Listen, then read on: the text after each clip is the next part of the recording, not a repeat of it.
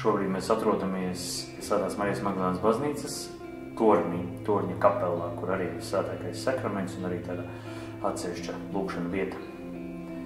Un arī šeit mēs atrodamies kapelas sānā, kas šeit ir liels koka krusts, kas arī atgādina par Jēzus ciešanām un nāvi mūsu labā.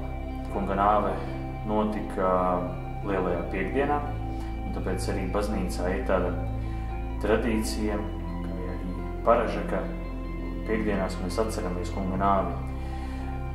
Un tāpēc arī otrais baznīcas bauslis, kas saka, ka tev būs piekdienās atturēties no gaļas ēdieniem un baznīcas noteiktajās dienās gavēt, ievarot šo stingro gavējumu.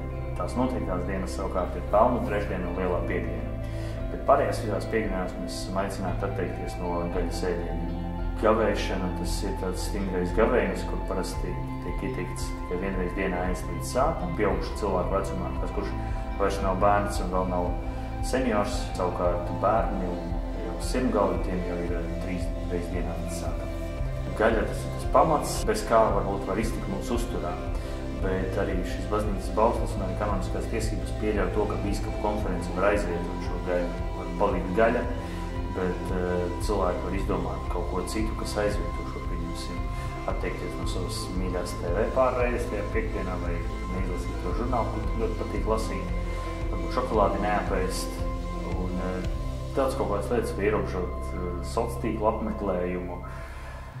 Daudz un dažāda veida, kā mēs varam no tā visa atteikties, un tā galvenā doma ir, lai mēs atcerētos šo Jēzus upuri, kas ir pats svarīgākais, līdz tā no vienas puses mēs vienotos ar Jēzu, viņa šajās ciešanās, bet no otras lietas mēs arī izvērtētu savas prioritātes, ka ir lietas, kuras mums ikdienā ir pielipušas, bet bez kurām mēs varam dzīvot, lai arī nodarboties ar tādiem žēlsirdības darbiem, labdarību.